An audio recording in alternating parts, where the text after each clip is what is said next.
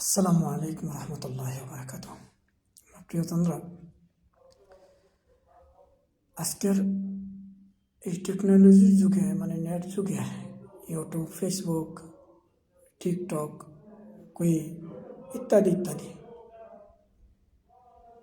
অনলাইনে এবং অফলাইনে বর্তমান সময়ে বর্তমান যুগের যে দ্বন্দ্ব বেশি হচ্ছে সেটা হইল মাঝহাবি দ্বন্দ্ব। এটা অত্যন্ত দুঃখজনক এবং পীড়াদায়ক যে বা যারা এই তর্ক বিতর্ক জড়িত তারা সবাই সবার স্থান থেকেই নিজেদের মাঝহাব, নিজেদের মত এবং পদ্ধতিকে বড় করে দেখতেছেন এবং বড় করে দেখানোর চেষ্টা করতেছেন।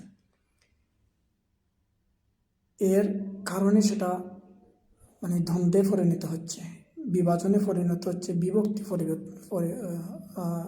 পরিণত হচ্ছে। অত্যন্ত দুঃখজনক। কিন্তু যে এবং যারা এই দ্বন্দ্বে জড়িত সবাই কিন্তু একই কালেমার অন্তর্ভুক্ত দাবিদার এবং একই কালেমার ভিত্তিতে ঈমান গ্রহণ করেছেন।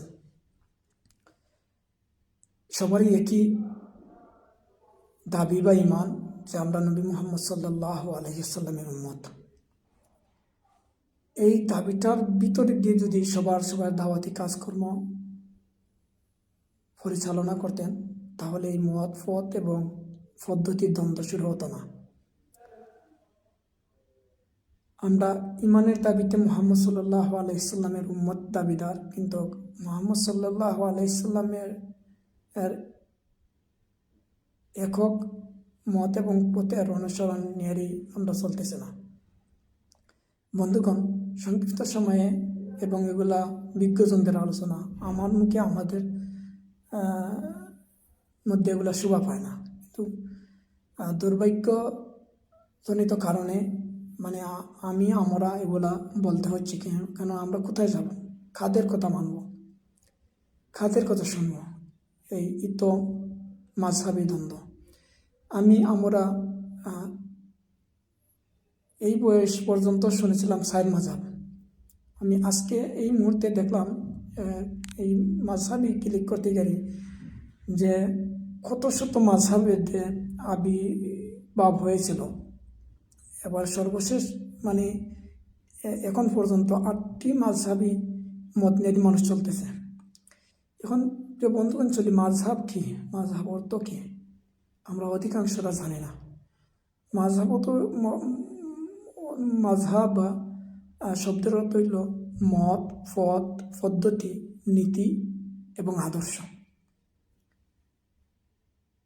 এখন এক একজনের এক এক মত থাকতে পারে, কিন্তু এই মতের মধ্যে আমরা দেখতে বুঝি মত এবং পথ কি আল্লাহ রসুল সাল্লাল্লাহু আলাইহি সাল্লামের মধ্যে ছিল। আল্লাহ রসুল সাল্লাল্লাহু আলাইহি সাল্লাম কি সেটা পালন করছেন? আল্লাহ রসুল সাল্লাল্লাহু আলাইহি সাল্লাম কি সেই রাস্তায় চলছেন? সেই রাস্তায় কি মানুষকে পরিচালনা করছিলেন? যদি সেটা পাওয়া যায় তাহলে ওই মতটাই সঠিক।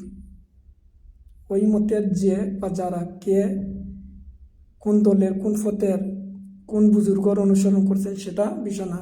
বিষয় হলো যে উনি রসুল সাল্লাল্লাহু আলাইহি সাল্লামের আদর্শের মধ্যে আছেন। রসুল সাল্লাল্লাহু আলাইহি সাল্লামের যেই মত দেখিয়ে গেছেন সেটার মধ্যে আছেন, আমি সেটার অনুসরণ করব। তিনি হক্কা ইমাম আবু হানিফা, ইমাম মালিক, ইমাম শাফি, ইমাম হাম্বলি বা অন্যান্যরা, এতে আমার মত অনুসরণ করতে কোনো ধরনের ফিতনা আসবে না। যদি আমরা একটি মাযহাবকে বড় করি, অন্য মাযহাবকে ছোট করি, সেটাতে দ্বন্দ্ব হচ্ছে। আমি এই প্রশ্ন রাখতে চাই সবার কাছে যারা এই দ্বন্দ্বে লিপ্ত। আচ্ছা, আপনারা কি ইমাম শাফিকে বাতিল বলতে পারবেন?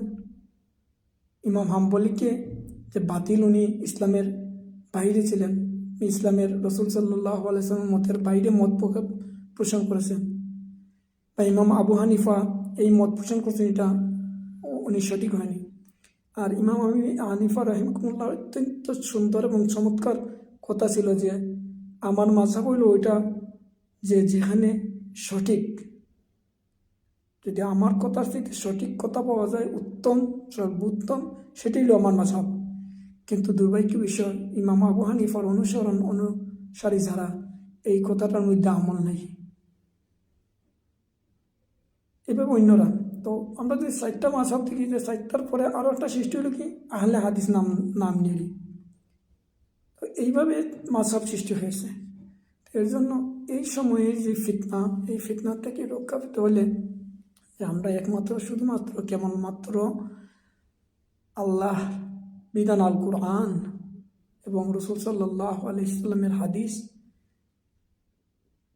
অধ্যয়ন করতে হবে, পড়তে হবে, স্টাডি করতে হবে। এখন আমি যে কথা বলছি, আমার কথা হয়তো কেউ পছন্দ হবে, কেউ পছন্দ হবে না, কিন্তু আল্লাহ রাসূল সাল্লাল্লাহু আলাইহি ওয়াসাল্লাম আল্লাহর কোরআনকে তো কেউ অস্বীকার করতে হবে না। যদি এই কোরআন এবং হাদিসকে অস্বীকার করেন সহিগুলাকে, তাহলে তো যতই ইমানের দাবিদার হন না কিন্তু মূলত এই ব্যক্তি ইমানদার নয়, মানে কুফরের মধ্যে নিমজ্জিত। প্রিয় আমার সাধারণ ভাই বোনেরা, এই ধরনের দ্বন্দ্বে আপনারা কর্ণপাত না দিয়ে আসেন আমরা নিজেরা কোরআন পড়ি, কোরআন অধ্যয়ন করি, হাদিস পড়ি, হাদিস অধ্যয়ন করি। আল্লাহ আমাকে চোখ দিয়েছেন, জিহ্বা দিয়েছেন, কান দিয়েছেন শোনার জন্য, কিন্তু সবচেয়ে বড় সবগুলো নিয়ামত, তার শ্রেষ্ঠ নিয়ামত হলো চোখ। যারা অন্ধ আছে তারা পড়তে পারে না, কিন্তু আপনার আমার এই চোখের মধ্যে আলো আছে, আমরা পড়তে পারি। আল্লাহ পড়াকে ফরজ করেছেন, আসি আমরা পড়ি। পরে আমি কোরআন থেকে বাছাই করে নিব, আল্লাহ রসুলের হাদিস থেকে বাছাই করে নিব যে কার কথাগুলা কোরআন এবং সুন্নাহ ভিত্তিক আছে, সঠিকভাবে আছে। আমি আল্লাহর কসম করে বলছি, আমি একজন সাধারণ মানুষ। এই দ্বন্দ্বে মানে একসময় অসুস্থ হয়ে গেছিলাম যে কার কথা শুনবো, কোথায় যাব, কি হব। আলহামদুলিল্লাহ সুম্মা আলহামদুলিল্লাহ, আল্লাহর কোরআনকে যখনই পড়া শুরু করেছি, মানে তাফসিরগুলা, তখন থেকেই এই আলো আমাকে কিলা করেছে যে না, ওই পথ, ওই ব্যক্তি, ওরাই আছেন কি সঠিক পথে। প্রশ্ন করে না, আমি কাউকে বলতে পারবো না যে আমি খারাপ। হ্যাঁ, আমি আমার কাছে যাদেরকে ভালো লাগছে আমি তাদের সাথে আছি। আপনি দেখেন, কোরআন হাদিস অধ্যয়ন করেন, স্টাডি করেন, এবং কোরআনকে আল্লাহ হক এবং বাতিল পার্থক্যকারী কিতাব হিসেবে দুনিয়াতে প্রেরণ করেছেন। এই রমজান মাসের আয়াতের মধ্যে আছে, এই রোজার আয়াতের মধ্যে আল্লাহ সুবহানাহু ওয়া তাআলা যে বলছেন, আউযু বিল্লাহি মিনাশ শাইতানির রাজিম, শাহরু রমজানাল্লাযী উনজিলা ফীহিল কুরআন হুদাল লিন-নাসি ওয়া বায়িনাতিন মিনাল হুদা ওয়াল ফুরকান। ফুরকান মানে হইল যে বাতিল পার্থক্য করে, আলো এবং অন্ধকারকে স্পষ্ট করে তুলে দেন। প্রিয় ভাইয়েরা, প্রিয় ভাই এবং বোনেরা, আসেন আমরা কোরআন হাদিস অধ্যয়ন করি। এর পাশাপাশি এই কোরআন হাদিস অধ্যয়নের মধ্যে দিয়ে আমরা যাচাই করি কার কথা, কার ব্যাখ্যা, কার বিশ্লেষণ, কার পথ, কার পদ্ধতি, কার নীতি কোরআনের সাথে মিল আছে, আল্লাহ রসুলের সুন্নতের সাথে, হাদিসের সাথে মিল আছে। যদি আমি মিল খুঁজে পাই, সে কোন দলের, কোন গোত্রের, কোন ব্যক্তি, সেটা বড় কথা নয়, যে আমি কোরআন হাদিস আছে আমি ওনাকে মানছি। তাহলে আমরা দ্বন্দ্ব জড়িত না। আল্লাহ আমাদেরকে বুঝার তৌফিক দান করুন এবং এই ফিতনা থেকে আমাদেরকে হেফাজত করুন। আমিন ইয়া রাব্বুল আলামিন।